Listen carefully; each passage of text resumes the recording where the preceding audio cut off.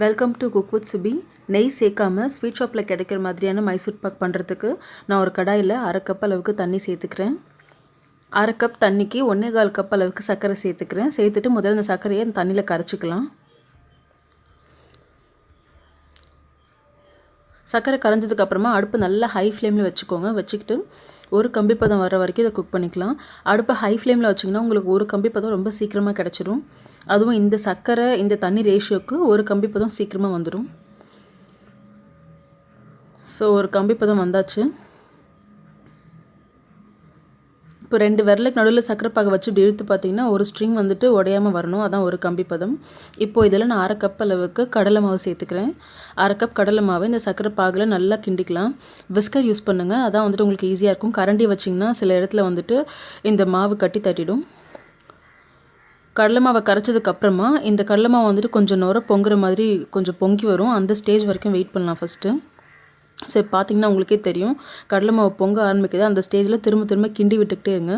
அப்போ தான் உங்களுக்கு கடலை மாவோட பச்சை வாசனை வராது. இதை கைவிடாமல் கிண்டணும். ஸோ இப்போ பார்த்தீங்கன்னாக்கா கடலை மாவு பாருங்கள் எப்படி பொங்கி வருதுன்னு சர்க்கரை பாகோடு சேர்ந்து. இந்த மாதிரி வர ஸ்டேஜில் நான் 1 கப் அளவுக்கு எண்ணெய், சாதாரண நம்ம குக்கிங்க்கு யூஸ் பண்ணுற எண்ணெய் வந்துட்டு நல்லா கொதிக்க வச்சுருக்கேன். அதை ஒரு கரண்டியாக எடுத்து ஊற்றிட்டே இருக்கலாம். ஒரு கரண்டி எண்ணெய் எடுத்து ஊற்றுனீங்கன்னா உடனே கொஞ்சம் நேரம் கிண்டணும். அந்த எண்ணெயை அது உள்வாங்கிக்கிட்டதுக்கு அப்புறமா மிச்ச எண்ணெயை ஊற்றி 1 கப் எண்ணெயும் தீர்ற வரைக்கும் கிண்டிக்கிட்டே இருக்கணும். எல்லா எண்ணெயும் தீர்ந்ததுக்கப்புறமா பார்த்தீங்கன்னா ஒரு ஸ்டேஜில் இந்த மாதிரி நல்லா பொங்கி வரும் பாருங்கள். உங்களுக்கு பார்த்தாலே தெரியும் எந்த அளவுக்கு பொங்கி வருதுன்னு. இந்த ஸ்டேஜில் அடுப்பை ஆஃப் பண்ணிடணும். இதுக்கு மேலே விட்டிங்கன்னா பவுட்ரு மாதிரி ஆகிடும். இந்த ஸ்டேஜில் அடுப்பை ஆஃப் பண்ணிவிட்டு ஒரு நெய் தடவின ட்ரேயில் வந்து இதை மாற்றிக்கலாம். மாற்றிட்டு ஒரு கரண்டி வச்சு ஃபஸ்ட்டு இதை லெவல் பண்ணிவிடுங்க. நீங்கள் லெவல் பண்ணலன்னு சொன்னாக்கா ஏர் பாக்கெட்ஸ் ஃபார்ம் ஆகும்.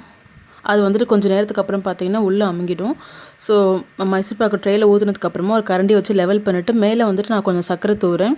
இது வந்துட்டு ஆப்ஷனல் தான். ஸோ இப்போ வந்துட்டு நல்லா ஆற விடுங்க. ஆறுனதுக்கப்புறம் பார்த்தீங்கன்னா இது நல்லா செட் ஆகிடும். ஸோ இப்போ வந்துட்டு முக்கால்வாசி ஆறிடுச்சு. முக்கால்வாசி ஆறும்போது வந்துட்டு இதை டிமோல்ட் பண்ணிவிடுங்க.